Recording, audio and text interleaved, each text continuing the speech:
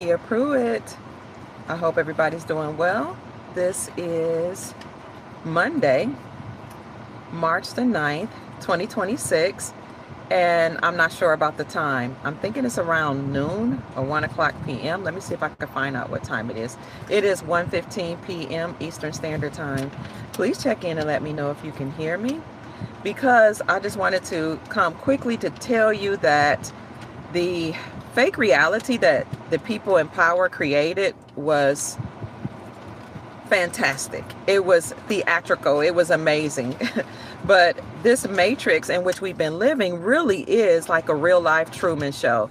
The more I dig into what has been going on and all the things that the people in power have done and displayed, the the movies that they've displayed, the television productions as it relates to court television, alleged things happening in the court systems. I think about the cartoons and how evil the cartoons were. And when you do investigation, you could see that they were actually seeding into the consciousness of our children. Lewd, lascivious behavior. They were seeding to the consciousness of our children sex before they were even ready.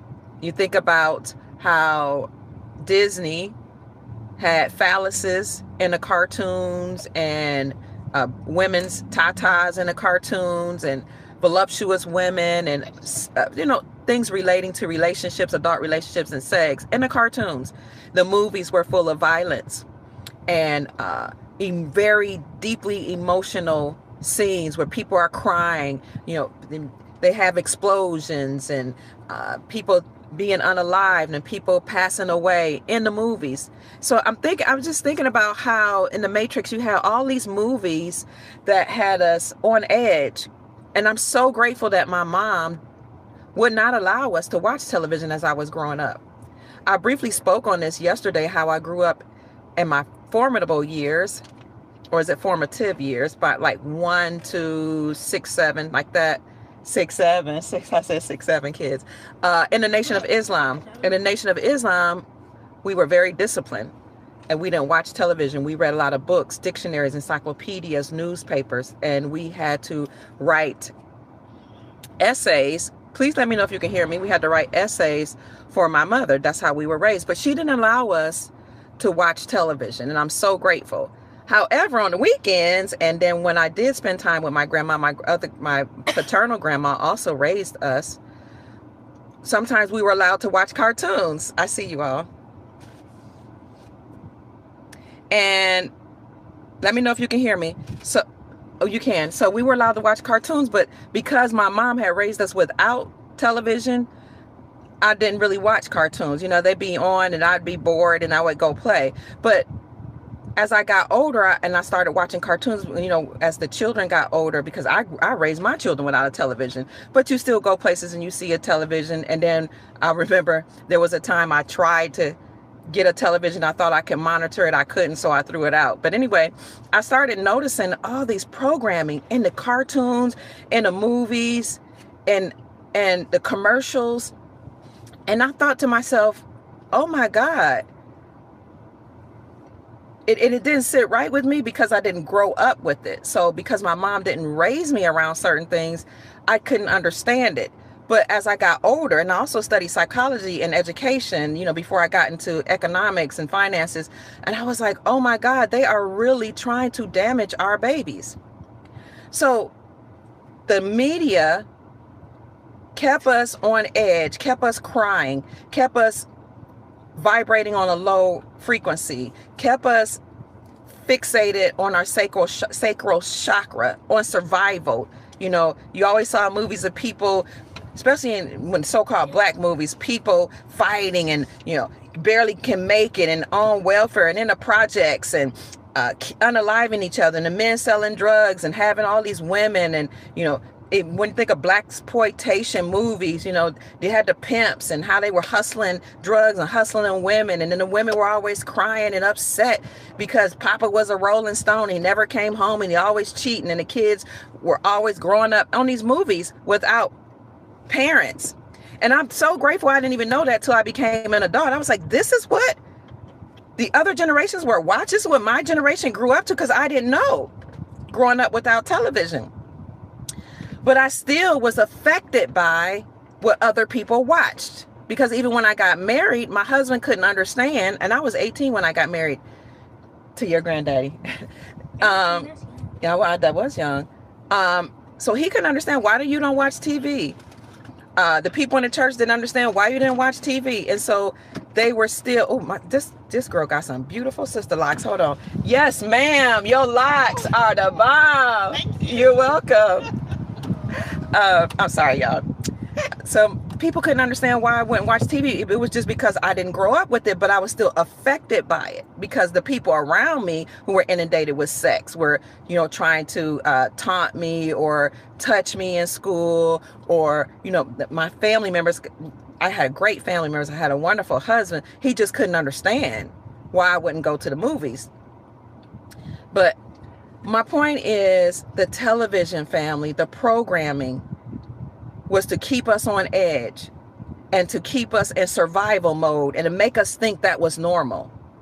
And a lot of the young men growing up they thought it was normal to play women and to mess around with women. They thought it was normal, in some communities, honestly, to unalive people and to join gangs and be a part of the underground economy, because that's what they saw.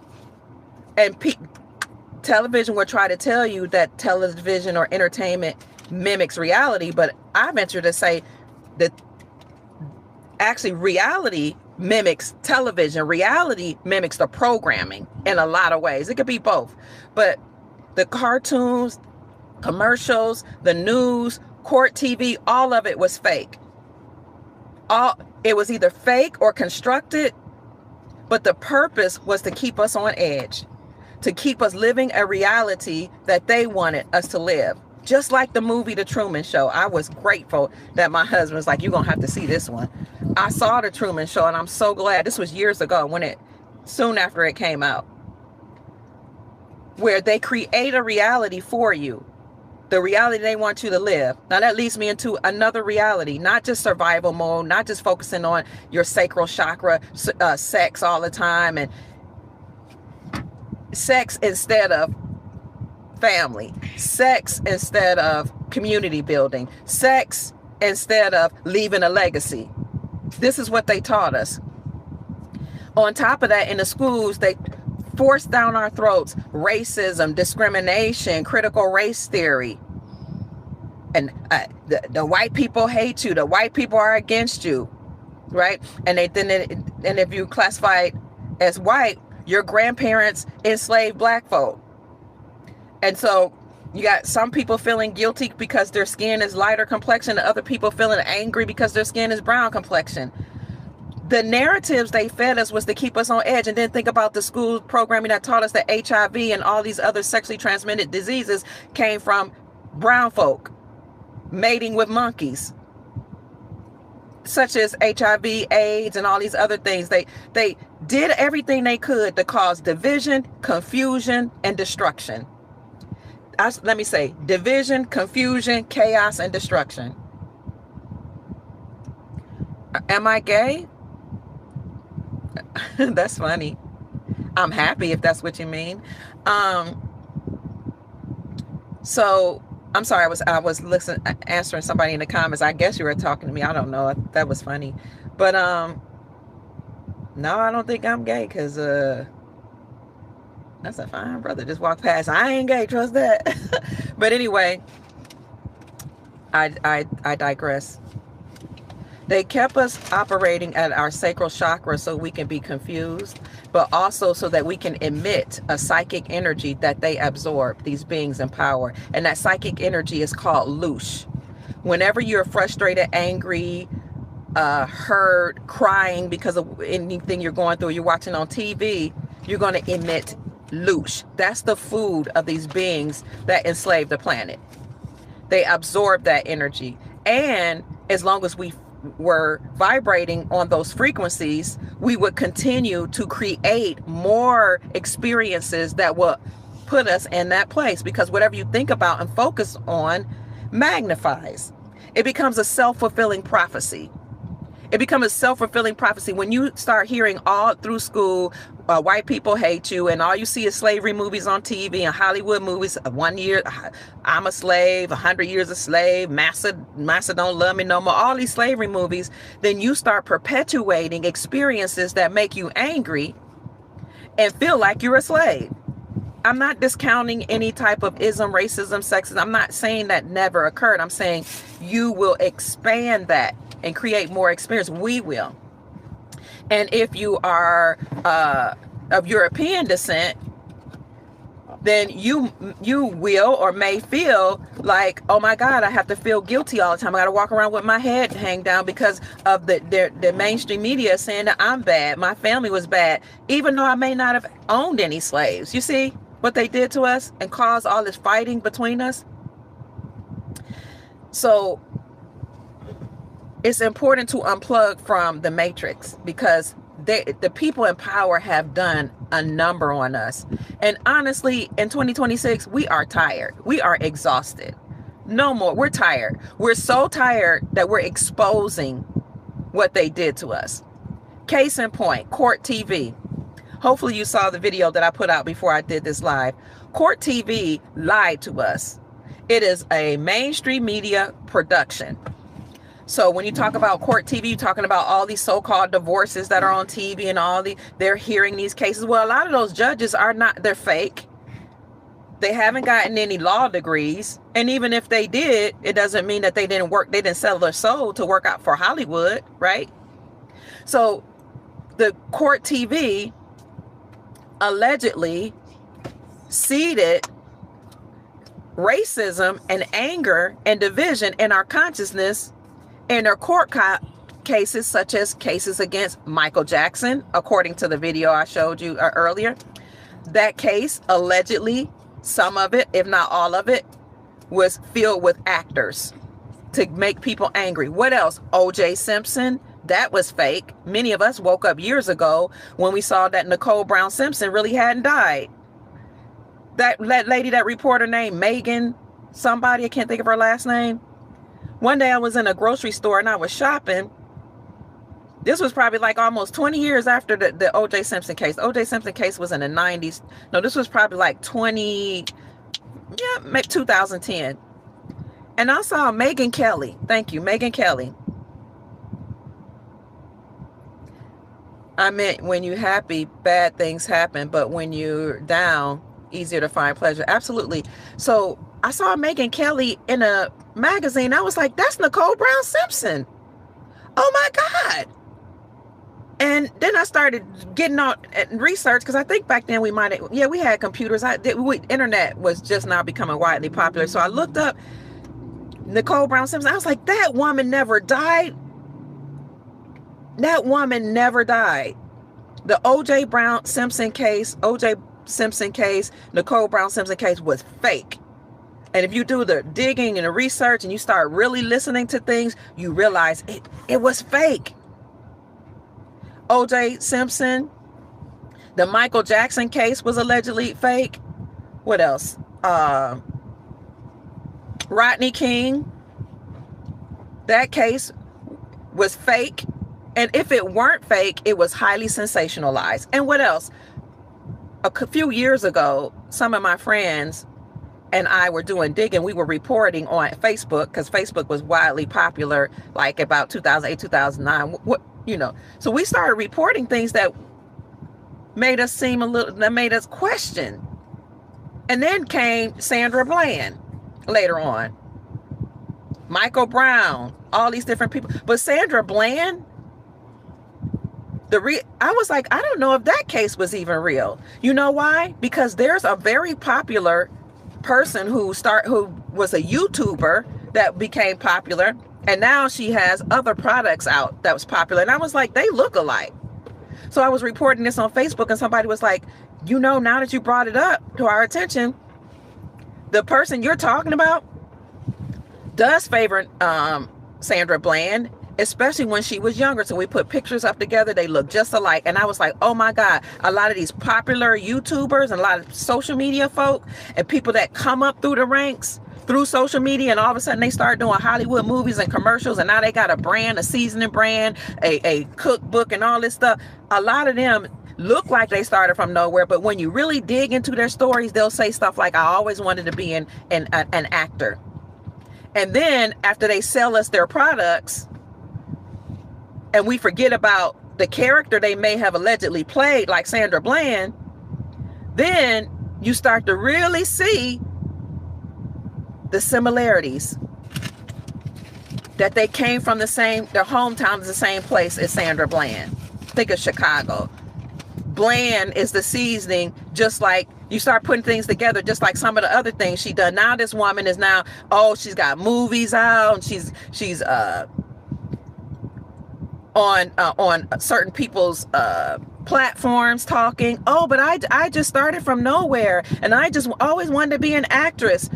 And they're like, oh, wow, and you just came up through social media and you start selling your cookbooks and your seasoning, and now all of a sudden you're amazing, you're a superstar. No. A lot of these people are part of Hollywood. What's your point, Pruitt? My point is, they will stage being unalived by the cops, sensationalize the story. Then the same people in power will fund Antifa and Black Lives Matter, tell everybody to take to the streets and fight and protest and argue and cry and scream so that you can emit loosh. So that's the energy they absorb, and so that we can take our minds off what's really important: family, community, accumulating wealth for our family, protecting our wealth, and living healthy, wealthy lives the way God or source or creator and our ancestors intended it. So court TV is fake. A lot of those cases are fake. Why? Because they wanted us to be perpetually chaotic, and they wanted to pit us against each other so that we can be fighting each other in order for us to be more easily controlled. So they got fake television productions. They got fake soil, fake food, fake people. Fake what? Grass. Fake grass. Thank you, Cherish me more. Fake grass. Trees. Fake trees. And as a matter of fact, speaking of trees, we just came from the farmer's market. Can I help one? Is there stuff in there?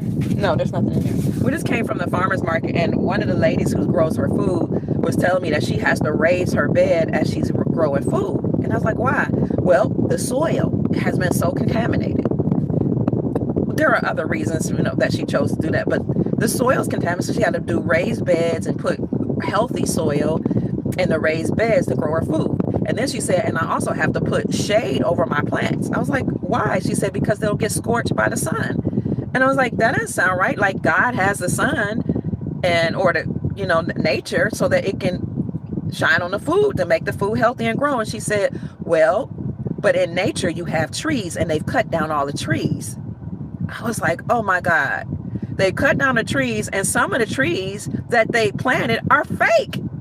And some of the trees, according to a physician that I had to see when I got severely ill last month, they're planting trees that we are allergic to, that she said your system can't handle. People's bodies and immune system cannot handle the trees and all whatever chemicals they're emitting.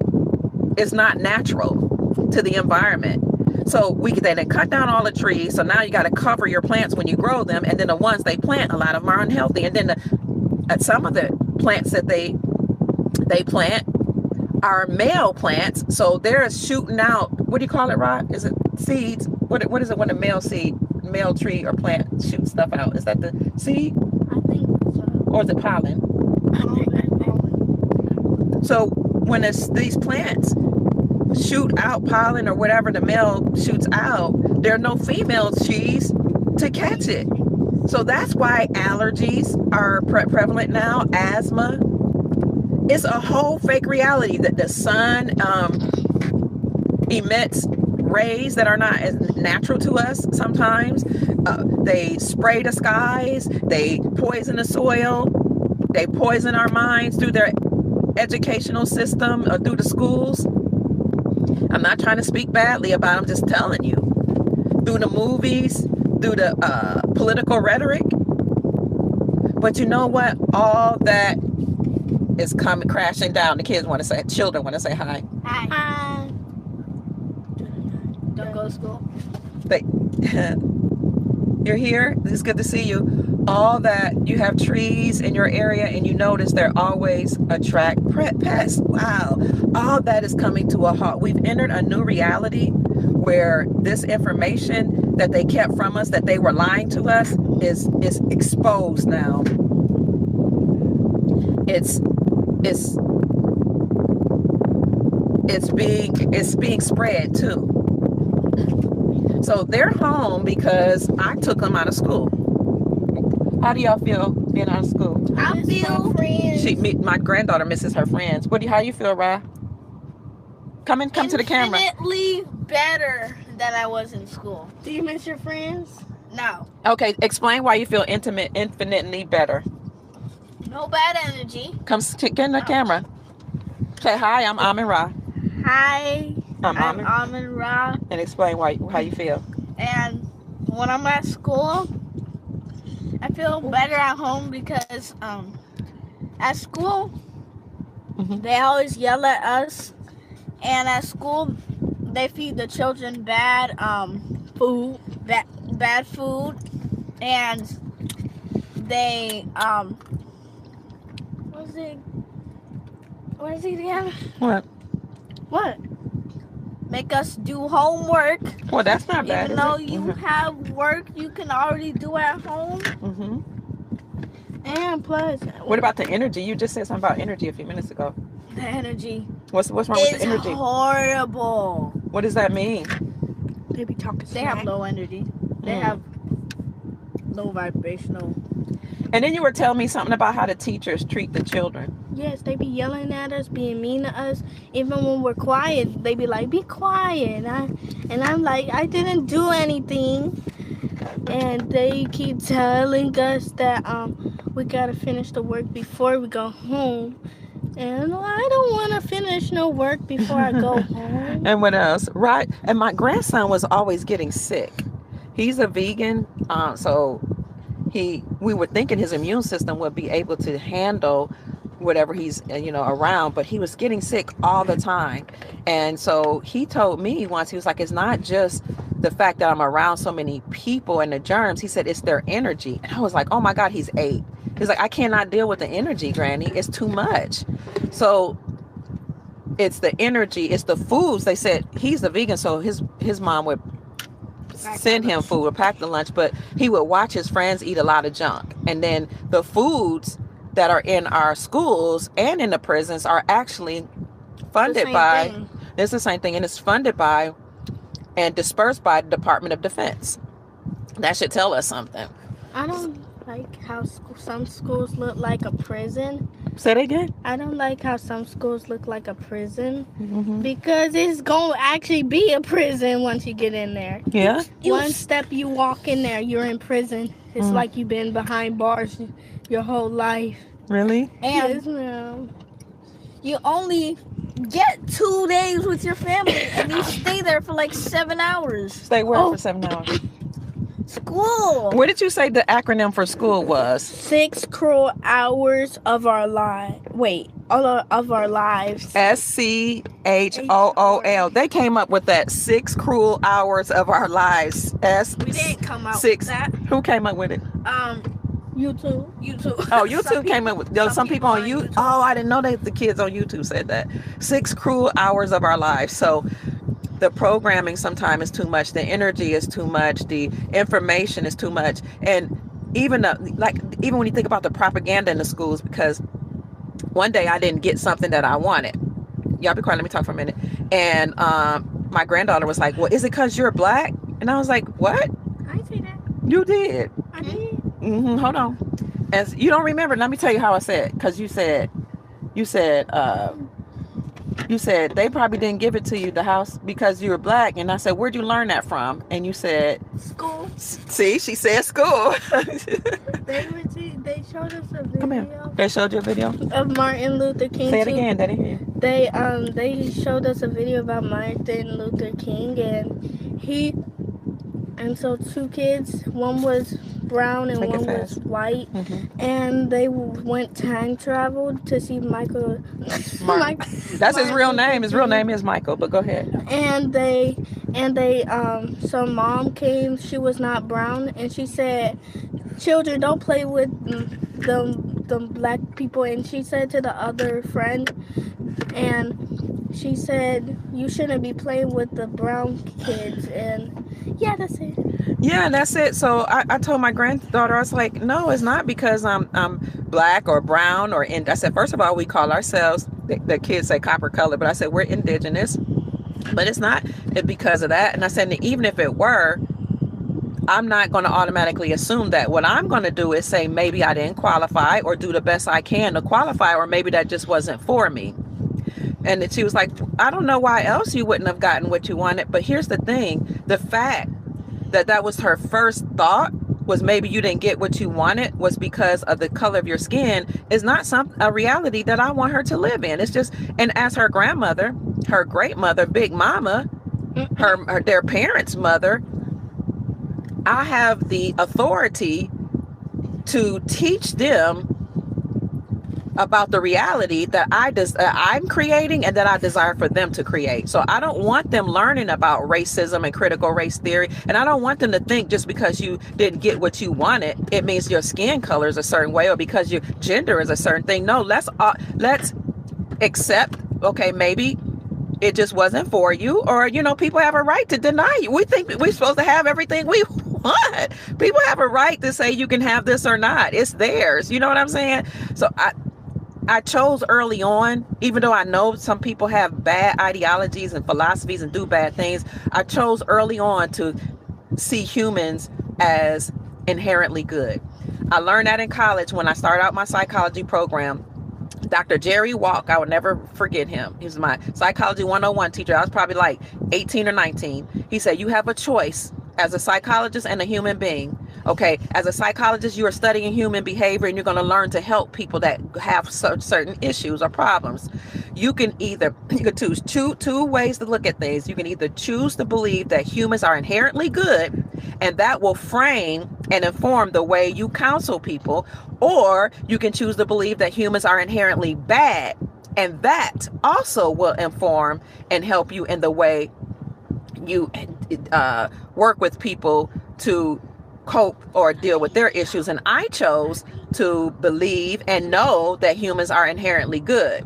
And by doing that, what I did was I seeded my consciousness with a positive mentality, an abundance mentality, and it enabled me sometimes to overlook certain things that probably might have been bad or mean. But I chose to look at it from another perspective. Like, okay, they're inherently good.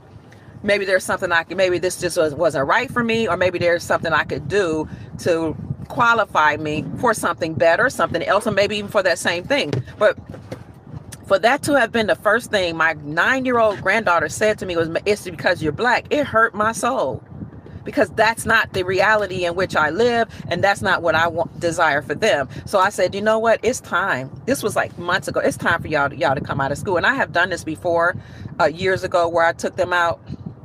And I'm grateful that I have children that just follow my lead. And I was like, no, you're not learning that, because you have friends and people and family members, from all different cultures. And I don't want you to just automatically assume that people are going to treat you badly because your skin is brown. Now, we know that racism exists, sexism, ageism, all this stuff, where all sides we all have our prejudices and our things that we desire.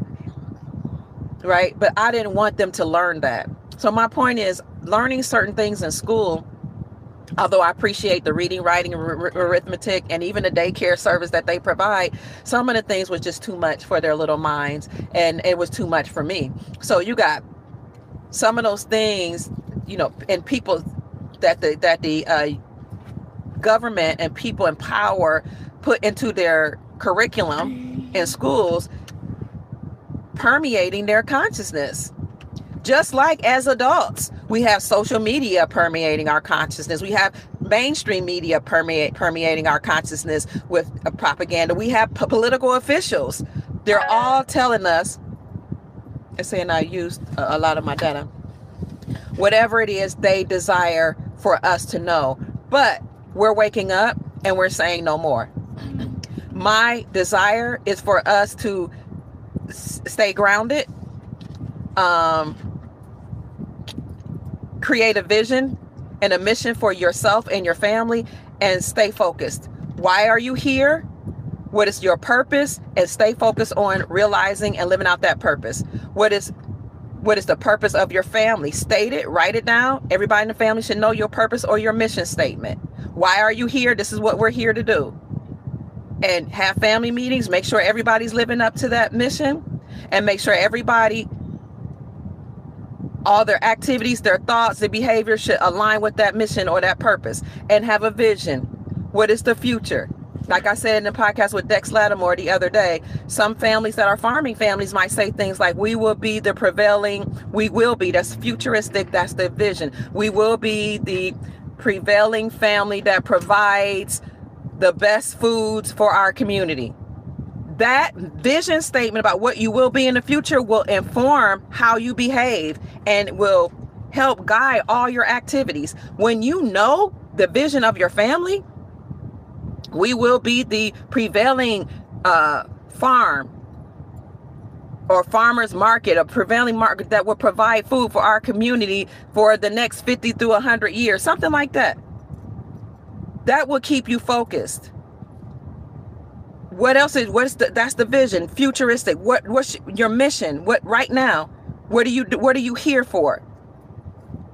Our family is here to serve humanity by providing the best organic food. Something like that. That's the family, why we're here, the purpose, the mission. This is what we're here to do.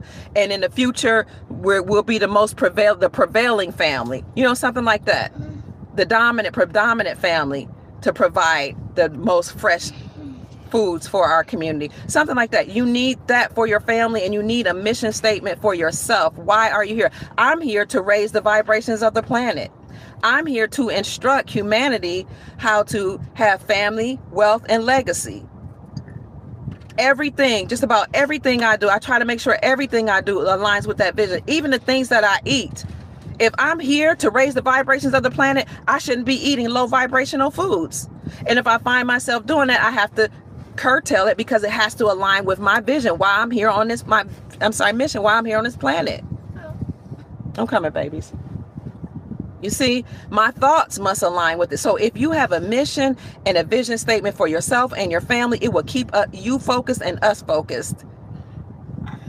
And we will do an amazing job to strengthen and help humanity to thrive. But now it's all crashing down. Our eyes are awake. The Truman Show can no longer go on. We know they lied about the foods. We know they lied about the water. We know they lied about the chemtrails, all of that. They say it was that they weren't doing it. They are. We know it now. They lied about all this, the things they showed us on TV. Anytime something's sensationalized on social media and TV is probably contrived. They hire crisis actors and they pay them. And a lot of these crisis actors go on to be social media stars, and then they go on to Hollywood because that is their rite of passage. Sandra Bland, I don't know if she's real or not, but there is an actress that has come out that some people say looks a lot like her. Now, I'm just saying allegedly because I don't know.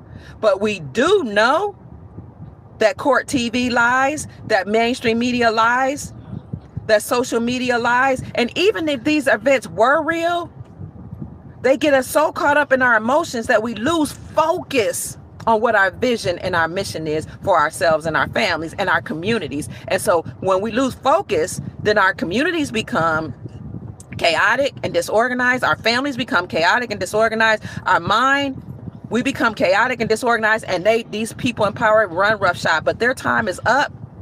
The matrix is collapsing. The veil has been lifted. The curtain has been pulled like the Wizard of Oz, and we see them. And we're no longer going to stand for all the things that they've done against us. And finally, I told you I'm writing a book. So I'm writing one of the books I'm talking about how to protect your assets. One of the chapters. And so as I'm speaking to my colleagues, about this, I was informed that I have to be careful how I state certain things, because I'm talking about non-conventional ways of protecting your assets. No, you don't have to have a lot of wealth. Your assets, your furniture that you want to pass down to your children, your clothes, your jewelry, even if it's not so-called real jewelry, it's a part of your estate, your land, your home, whatever you have that you want to pass. The books, I have books I'm passing down to my grandchildren. My coin collection, and I don't even have a lot. I'm passing it down. Cars, I'm passing it down. Clothes, things that belong to my great grandmother, I'm passing it down because it's valuable to me. But I was informed that I have to be careful how I articulate in my book how families, alternative ways you can protect your assets that are outside of the norm, like outside of wills. Yes, I'm all about wills, but I talk about trust and different types of trust. Well, I was informed you have to be careful what type of trust, or even if you mention trust that most people don't use, you have to frame it in a way where you won't incite or anger financial advisors who don't teach this and attorneys who could sue you. This is how programmed we have become, where some of the people who have positions will come and sue you because if you're teaching the human race to do something alternatively that's lawful, that will protect their assets, you can be sued by people in financial industries, allegedly. This is what the people told me. And I fact checked it. I don't know how true it is through AI. And it was like, yes, you have to be careful. Make sure the words you say, still you can maintain your authority, your authoritative voice. You can maintain your academic perspective, because I am an academician. But you want to be careful that you don't get sued by lawyers and financial experts. And I thought, wow. So a lot of financial experts have been advising us the best way they know how, because this is the way they were taught and trained. They didn't necessarily tell people to get gold and silver. Now that we know, and we've been pushing gold and silver, a lot of conservatives, a lot of everyday people been getting on because we learn from each other. We learn from our ancestral memories. I talk about my great grandfather, how he had silver. And we weren't able to, I never had it because it was spent before it got to me. But now that we're talking about it, now people are talking about it, but you still even have to be careful now how you frame it. When I first started talking about us returning to the gold standard, I was cautioned. So you can't talk about the gold standard because the powers that be said we're not on the gold standard because gold is a relic. And I kept getting pushback. And my channels got taken down. And my money got taken. The little money I was making, it was a lot to me. It was a little, really wasn't a lot. But YouTube took my channels down. They took my money and didn't return it. And then I was advised, and even when I would talk to financial people, even people in the gold space, they were like, no, we're not moving to the gold standard. I was like, why do y'all keep saying that? It was obvious to me under Trump's first administration, we were moving to the gold standard. It only made sense. You came off the gold standard. Why wouldn't you put it back on? Because the system, the fiat-based system, is not sustainable. But I wasn't allowed to say it before the system said it was allowable. You see, I could have been sued, but instead of suing me, they just took away my money. They just took away my way of earning, and that didn't pay it back either. But you know what? I said, I'm not going to cry, and I did cry for a little bit, but I'm not going to complain about it. I'm not going to say, poor me. I'm just going to have to pivot. As my son, Dex Lattimore, who's an economist, said, Mom, learn to pivot. You always have to be prepared to pivot, to move from one thing to another, to evolve. Okay, so I had to learn to pivot, but my point is, I now understand and understand why people are very strategic about their words. strategic about their lessons, strategic about what they do, because we could have been sued. So the powers that were, the powers that be, they had all the control of the power, the information, and even people who were in the gold space, they only sold to each other because most of us didn't know about it, and for whatever other reasons. They used to just sell to each other, but maybe they weren't allowed to get out and talk loudly like I do. So I was even like, maybe I need to, not that I need to pull back, but I was like, you don't want to lose people and sound, this is what my colleagues were, you don't want to sound too conspiratorial because you could lose people. So my point is, the powers that were even made us curtail our language and curtail helping each other, or they tried to force us to, because, ready to go? Yes. Okay, because if you didn't pull back, they could sue you. So I had to, I'm talking to my colleagues like, there are certain things I want to get out. I will be mindful on the way I say it, but my God, in about 2 years, everybody's going to be talking like, the people in power are going to be talking like this. But they want to control the narrative, and they want to control when information can get out. So even talking about trust and how to protect your assets, I was informed that I have to be careful. But I might be mindful how I said, but I'm still going to tell you the ways that you can protect your assets outside of conventional ways. And I have to protect myself by making sure I have some type of representation around me that will protect me, and run my work, my book, through people who can, look at things and make sure it passes whoever's going to publish the book. I'll probably self-publish it. But the matrix is collapsing, family. And as such, we have to create the reality that we desire. We have to stay focused. We have to have a mission and a vision statement for ourselves. Not just a statement, but a mission and a vision, a purpose for ourselves and our families, because we're going to be the ones that build up our community and build up our societies. As Dex Lattimore always says, a strong, healthy society is built on strong, healthy communities. Strong, healthy communities are comprised of strong, healthy families. Strong, healthy families start with you and me. Yes, I have to be balanced. The truth hurts, right? But hold physical metals, as somebody said. Hold it. You can go to your local coin dealer, family, or you can go to my affiliate, Miles Franklin Precious Metals Company. Their number is 952-929-7006, or send an email to info@milesfranklin.com and let them know that you heard about their company from Dr. Kia Pruitt, so you can get the best prices in the industry. All right, family, I have to go. My grandchildren are saying they're tired. They just had lunch. They got to use the bathroom. So I love you. I appreciate your time, your effort, and your energy, everything you all do for me. Just being here as part of my community and my family, I appreciate. Say bye, family, children. Bye. Anything else? And don't be mean. Any final words? Granny, you want to tell them about when I saw 3 boys? Keep your vibrations up. What? Go ahead. And they flew away. Oh, no, I told him already. Rod, what'd you say? Keep your vibrations up. Keep your vibrations up. Any final words? Get a trust. Get a trust? Okay. So I'm teaching them about assets and asset protection. My name is Dr. Kia Pruitt. Thank you all for joining me. I hope I said something to raise your vibrations and inspire you to create the most amazing life that you desire and deserve. My final thoughts are: have a mission statement and a vision statement for yourself and your family. Because if you don't have a mission, if you don't have a purpose and you don't have a vision, somebody else will have one for you, and they'll have you building up their foundation and building up their empire because you don't have one for yourself. Peace out, family. I love you so much. Stay grounded. Keep your energies and vibrations high. Keep your eyes on the prize. What's the prize? Somebody asked me on one of my podcasts, what is the prize? What is the prize? What are you trying to steer people? The prize is whatever you created for yourself, your own personal mission and vision, okay? Because the people in power, they don't want to lose grip.